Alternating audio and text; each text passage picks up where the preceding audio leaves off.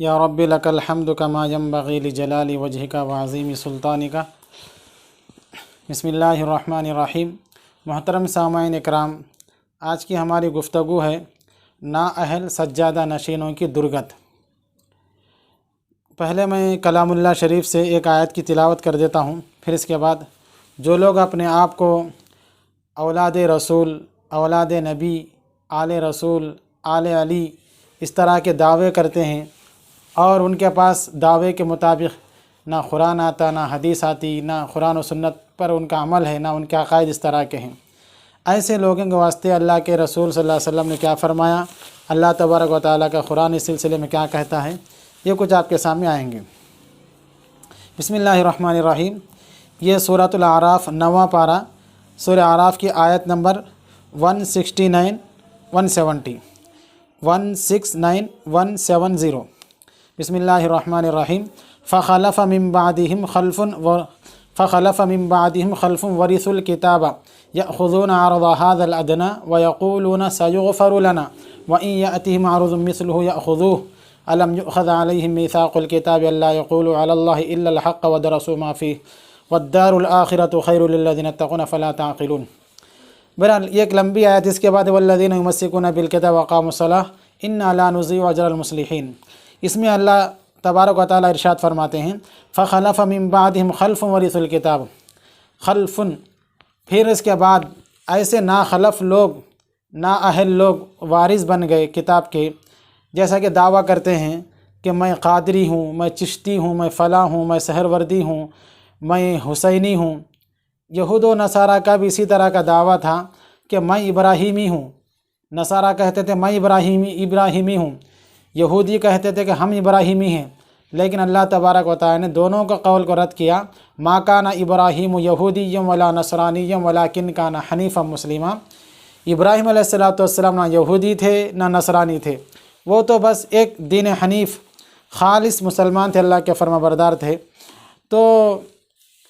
پہلے کے لوگ بھی اپنے آپ کی نسبت جو ہے نا اونچے کی طرف، بڑے لوگوں کی طرف، بڑے بزرگوں کی طرف نسبت کرنا کو اچھا سمجھتے تھے، اور اسی طرح خیر نسبت اچھی ہے، بہت اچھی بات ہے۔ ہمارا تعلق یا ہمارا خون نبی کے خون سے ملتا، ہم نبی کے اولاد میں سے ہے، بہت اچھی بات ہے۔ اگر نبی کے اولاد میں سے ہے اور ہم مومن ہیں اور نبی کے طریقے پر ہے تو اس کو اردو میں کہتے ہیں سونے پہ سہاگا، عربی میں کہتے ہیں نور علی نور۔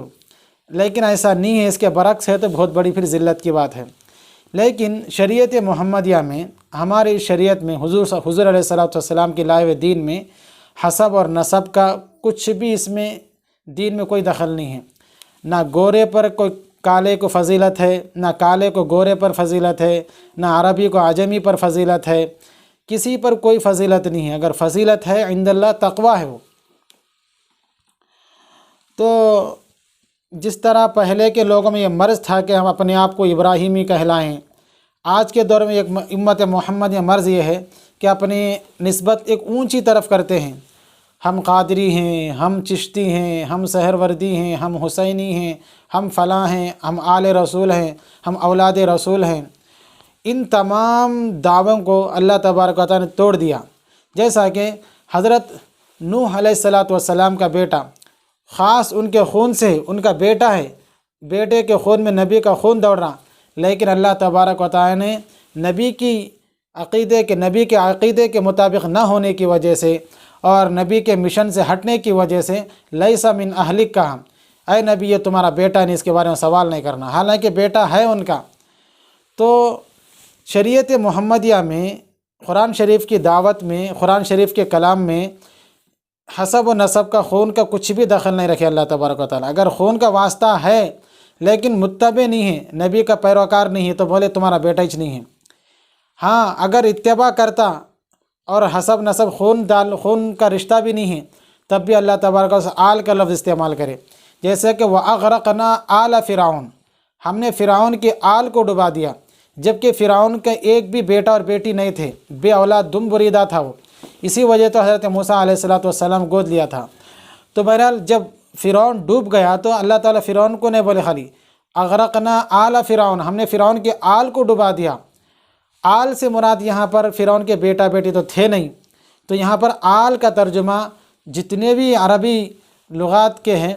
ائمہ لغات ہیں وہ سب نے آل کا ترجمہ اتباع سے متبع سے کیا ہے، تو اسی لیے نوح علیہ السلام کا بیٹا بھی آل تھا حقیقت میں خونی رشتے کے حساب سے، لیکن اتباع میں نہیں تھا تو آل سے ہٹا دیا اللہ تبارک و تعالیٰ۔ تو لہٰذا قرآن و سنت کی روشنی میں آل وہی ہے جو اللہ اور اس کے رسول کا پیروکار ہے، اگرچہ کہ خونی رشتہ ہے لیکن متبع نہیں ہے، اللہ اس کے رسول کے عقیدے کے مطابق نہیں ہے تو وہ آل میں داخل نہیں ہے، جیسا کہ میں نے بتایا میں نے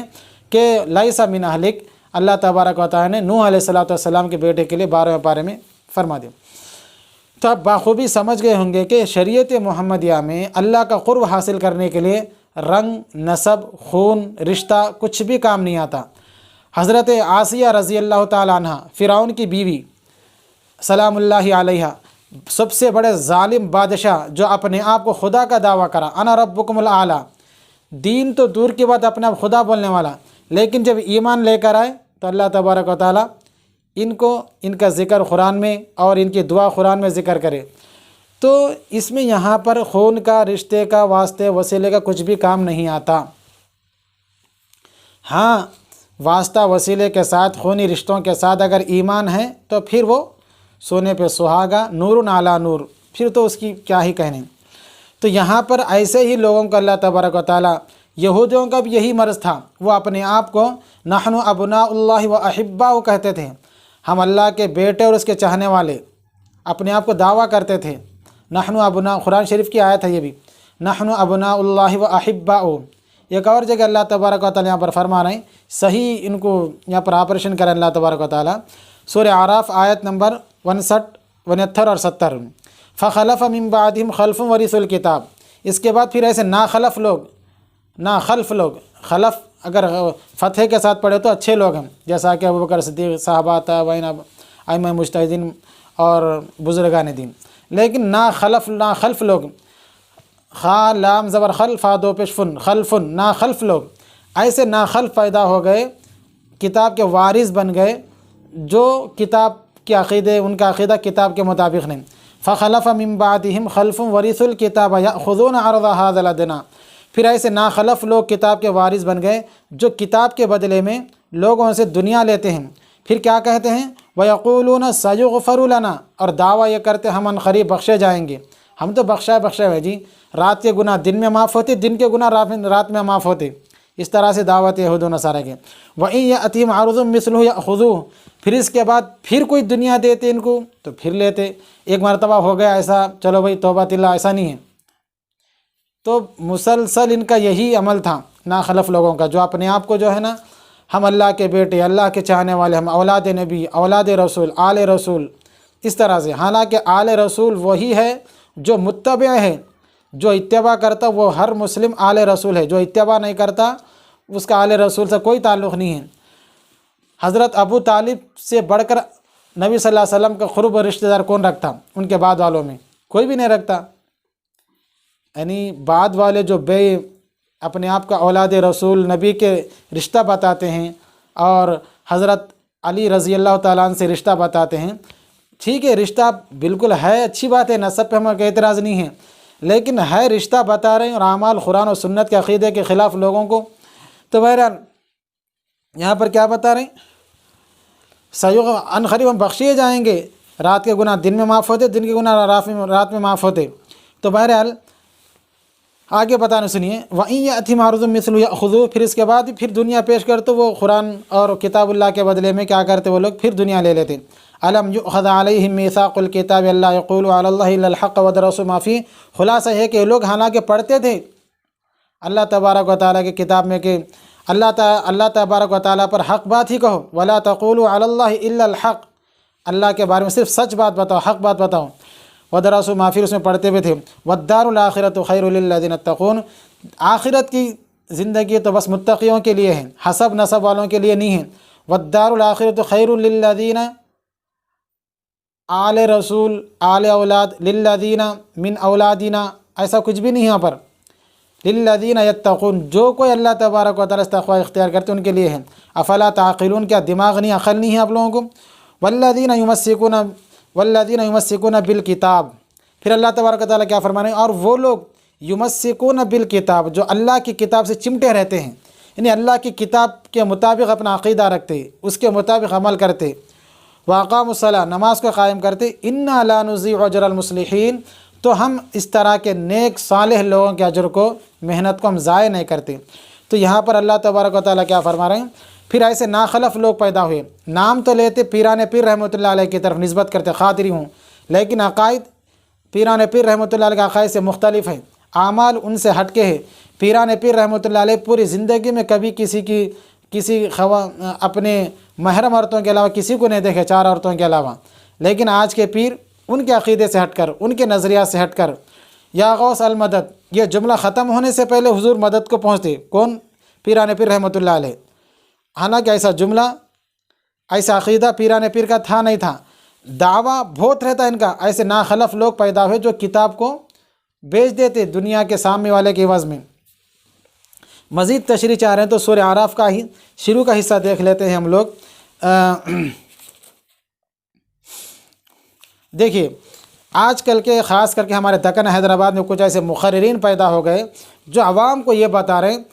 بیٹھے یا غوث المدد، اٹھے تو یا غوث المدد، چلے تو یا غوث المدد، گاڑی میں بیٹھے تو یا غوث المدد، ہر جگہ یا غوث المدد بولے تو بازو والے کو تکلیف ہو رہی، اللہ کو بلاؤ جی، اللہ کو مدد مانگو جی، اللہ کا مذاق اڑا رہے ہیں، الیاذ باللہ۔ جو سارے کائنات جس کا اصل بلانا، لہو دعوت الحق،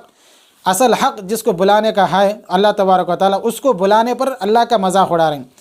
اللہ کو بلاؤ جی بول کے بول رہے ہیں، تو اللہ کو بلانے کے لیے مذاق اڑایا جا رہا۔ یہاں پر فرما رہے ہیں اللہ تبارک و تعالیٰ،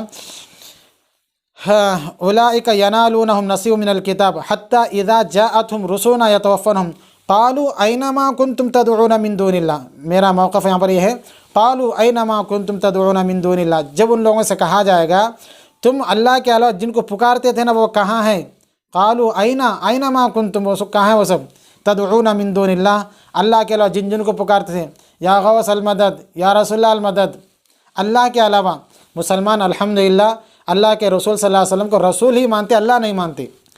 تو اگر کوئی بھی اللہ کے علاوہ، کسی کو بھی اللہ کے علاوہ، رسول کو ہو، نبی کو، ولی کو، پیر کو، پیغمبر کو،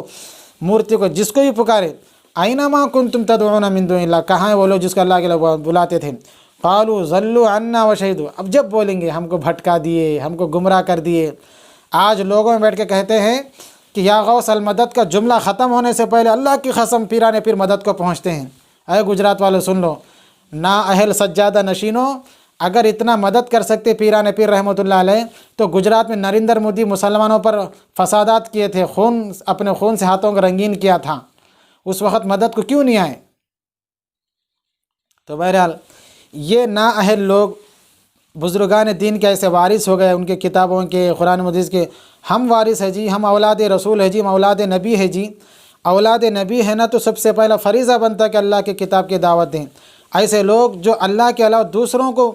ترجیح دیتے ہیں مدد کے لیے اور اللہ کا مذاق اڑاتے ہیں، تکبر کرتے ہیں، ان الذین کذبوا بآیاتنا واستکبروا عنہا لا تفتح لهم ابواب السماء ولا يدخلون الجنہ حتی یلج الجمل فی سم الخیاط۔ سورہ اعراف آیت نمبر 40، اس میں اللہ تبارک و تعالیٰ فرما رہے ہیں جو ہمارے آیتوں کے ساتھ تکبر کرے،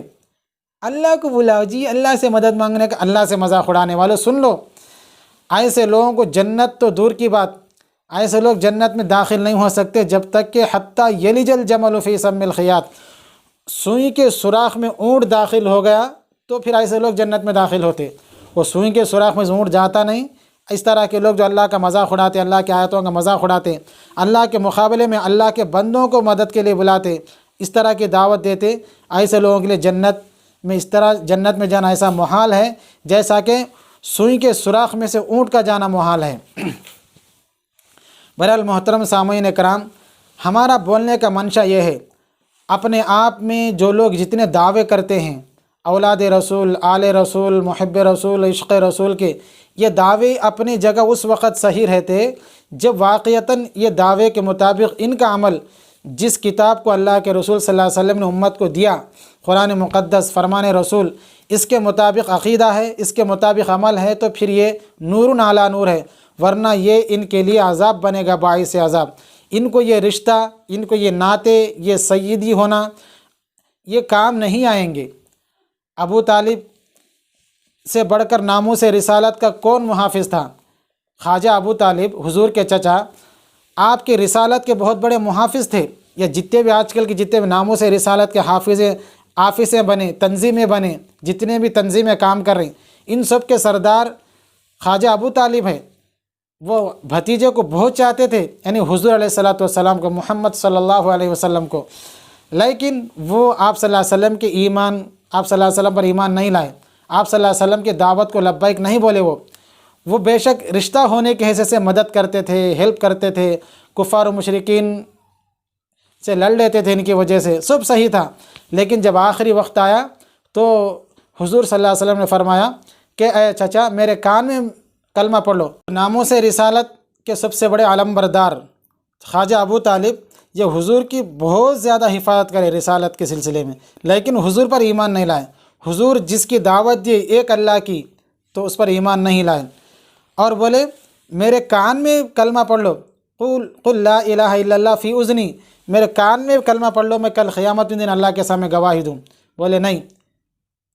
انا قائم علی دین ابو طالب عبد المطلب، میں عبد المطلب کے دین پر قائم ہوں، کیونکہ میرے کو معاشرے میں لوگیں تانا ماریں گی، یہ بھتیجے کے دین پہ آ گیا، دادا کے دین کو چھوڑ دیا، اس طرح سے تانوں کی ڈر سے وہ ایمان نہیں لائے۔ مفسرین انک لا تہدی من احببت ولکن اللہ یہدی من یشاء کی تفسیر میں بہت سارا کچھ لکھ دیے ہیں۔ تو محترم سامعین کرام، جو کوئی بھی اپنے آپ کی نسبت بہت اونچی کرتا اور اس کا عقیدہ قرآن کے مطابق نہیں ہے، اس عقیدے میں تعویل ہے، جیسا کہ اکثر لوگ کیا کرتے، خبر کو سجدہ کر رہے ہیں، ہم ادب کا کرتے ہیں عبادت کا نہیں کرتے۔ شریعت محمدیہ میں ادب کا، بے ادب کا، تعظیم کا کوئی سجدہ نہیں ہے۔ اللہ کے رسول صلی اللہ علیہ وسلم نے فرمایا اگر میری شریعت میں اللہ کے علاوہ کسی اور کے سامنے سر جھکانا، سجدہ کرنا جائز ہوتا تو میں بیوی کو حکم کرتا کہ شوہر کو سجدہ کریں، لیکن میری شریعت میں اللہ کے علاوہ کسی کو بھی سجدہ کرنا جائز نہیں ہے۔ لہٰذا سجدہ، لفظ سجدہ، شوہر کو جو سجدہ کریں گے شوہر بول کے کرتے تھے نا، اگر سجدہ جائز رہتا تو اللہ بول کے تو نہیں کرتے تھے۔ وہ ادب، شوہر بھائی میرا پتی ہے، شوہر ہے، ایک ادب کا، تعظیم کا سجدہ ہوتا تھا، لیکن وہ بھی نہیں ہے۔ اگر ہے سجدہ تو اللہ کے لیے ہے۔ اب اس کے بعد یہ ڈھکوسلے بیان کرنا کہ تعظیم کا سجدہ کرتے ہیں، ادب کا سجدہ کرتے ہیں، وہاں کے پھول کھاتے ہیں، ہر جگہ کے تھوڑے ہی کھاتے ہیں، تو میرے بھائی یہی تو منع ہے۔ نیت پر موقف ہے صاحب، ہماری نیت تعظیم کی، ادب کی، عبادت کی نہیں ہے۔ محترم، نیت ہر جگہ کام نہیں آتی۔ فقہاء کرام نے، ابو حنیفہ رحمۃ اللہ علیہ کے فقہ پڑھیں،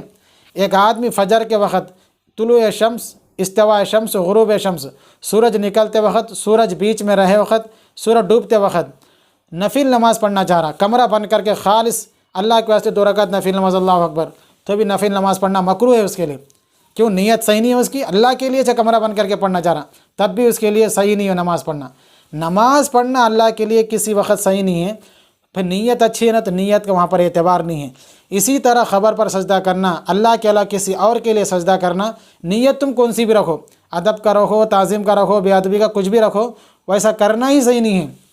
تو بہرحال نااہل لوگوں کے لیے اللہ تبارک و تعالیٰ یہی فرما رہے ہیں، فخلف من بعدهم خلف ورثوا الکتاب یأخذون عرض هذا الادنی، ایسے پھر ناخلف لوگ ایسا پیدا ہو گئے، کتاب کے وارث بن گئے، جو اپنے سے بتا دیتے اور یہ امید رکھتے کہ ہماری بخشش ہو جائیں گی۔ ایک اور جگہ اللہ تبارک و تعالیٰ ان کو مخاطب کر کے فرمایا، سورہ اعراف میں ہی آیت غالباً آیت نمبر 30 ہے، دیکھیے،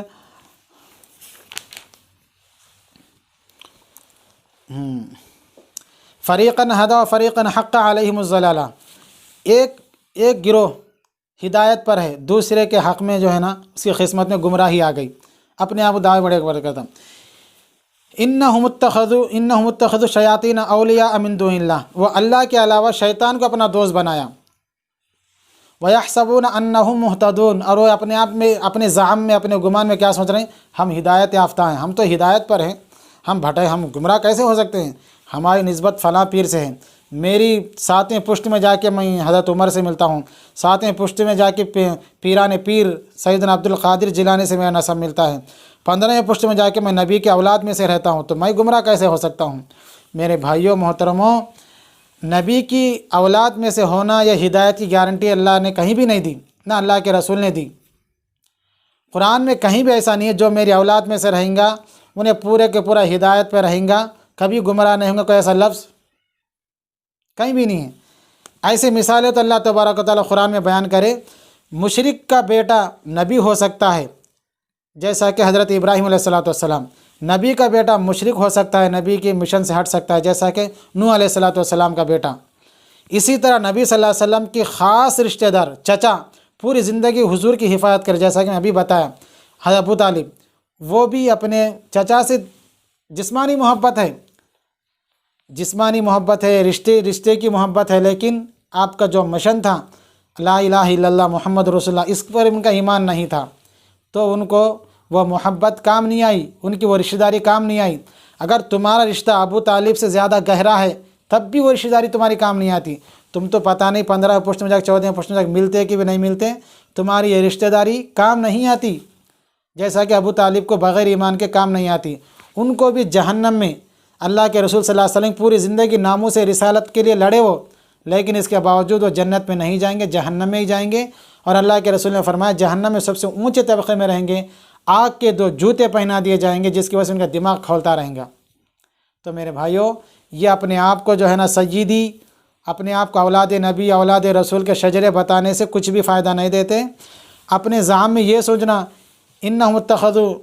الشیاطین اولیاء من دون اللہ، اللہ کے علاوہ جو ہے نا سو شیطانوں سے دوستی کرنا، شیطان تو کوئی بھی شیطان آ کے دوستی نہیں کرتا، جو اللہ کے دین سے ہٹ کے لے جاتے رہتا، ایسے لوگوں سے دوستی کرنا۔ وَيَحْسَبُونَ أَنَّهُمْ مُهْتَدُونَ، اور اپنے گمان میں رہنا کہ ہم تو مہتدون، ہدایت یافتہ ہیں۔ بہرحال اللہ تبارک و تعالیٰ سمجھا رہے ہیں، یا بنی آدم لا یفتننکم الشیطان کما اخرج ابویکم من الجنہ ینزغ عنہا، اے آدم کے اولاد، لا یفتننکم الشیطان، تم کو شیطان فتنے میں نہ ڈال دے، کہیں گمراہ نہ کر دے، کما اخرج ابویکم، جیسا کہ تمہارے والدین کو، یعنی حضرت آدم علیہ السلام، حوا علیہ السلام کو جنت سے نکال دیا، ینزغ عنہما لباسہما، لمبی آیت ہے۔ تو شیطان آدم علیہ السلام، اللہ تبارک و تعالیٰ سے یہ بتانا چاہ رہے ہیں شیطان تمہارا کھلا دشمن ہے، اس سے دوستی مت کرو، وہ اچھا جانتا کسی کو کیسا بھٹکانا۔ تم تو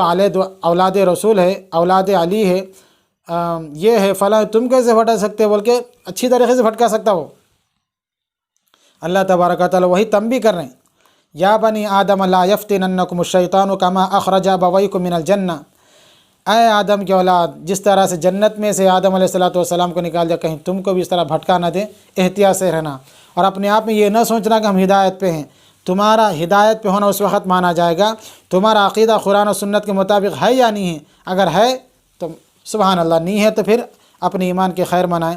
تو اس میں یہی بتایا گیا اس پوری بات میں کہ صرف نسبت اونچی ہونے سے، اپنے آپ کو نسبت فلاں قادری، چشتی، ابراہیمی، حسینی رکھ لینے سے کچھ بھی فائدہ نہیں دیتا۔ ہاں اگر نسبت کچھ بھی نہیں ہے، نسبت فرعون کی طرف ہے، جیسا کہ حضرت آسیہ رضی اللہ تعالیٰ عنہ کی نسبت فرعون کی بیوی ہے، نسبت ایک جھوٹے بادشاہ جو اپنے آپ کو خدا کا دعویٰ کرتا، اس کی بیوی، ان کی بیوی ہے، اس کی بیوی ہے، لیکن ایمان لانے کی وجہ سے ان کا درجہ قرآن میں بیان کیا گیا۔ تو لہٰذا قرآن و سنت میں نسبتوں کا کچھ بھی اعتبار نہیں ہے، صرف ایمان اور تقوی کی بنیاد پر تولا جاتا۔ اللہ کے رسول صلی اللہ علیہ وسلم صرف اتنا بولے، میرا جو خاندان ہے ہاشمی، حضرت علوی خاندان، اس سلسلے میں زکوٰۃ کا پیسہ، زکوٰۃ کی رقم میرے خاندان کو، سید خاندان کو نہ دی جائے۔ وہ زکوٰۃ چونکہ ہاتھ کا میل ہوتا تو وہ میل میرے خاندان کو نہ کھلا جائے، اتنے وہ ترجیح نبی صلی اللہ علیہ وسلم دیے تھے۔ اس سے ہٹ کے کبھی یہ نہیں بولے کہ میرے خاندان کہ جو نام لے گا، جو میرے طرف منسوب کرے گا وہ کبھی غلط نہیں کر سکتا، ایسا کچھ بھی نہیں ہے۔ تو امید ہے کہ اللہ تبارک و تعالیٰ کی ذات سے کہ ہم سب کو قرآن و سنت کے مطابق عقیدہ رکھنے، عمل کرنے کی توفیق نصیب فرمائے۔ وآخر دعوانا الحمدللہ رب العالمین۔ دعوت مجھ سے کیوں اتنی، میں تو قرآن کا داعی ہوں، رسول اللہ کا وارث، صحابہ کا سپاہی ہوں، مجھے ہے کفر سے نفرت، میں تو حق کا فدائی ہوں، زمانے کے ہر ایک ظالم، ہر جابر سے لڑتا ہوں، مجھے جو حکم ربی ہے وہی میں کام کرتا ہوں، میں ایسی قوم سے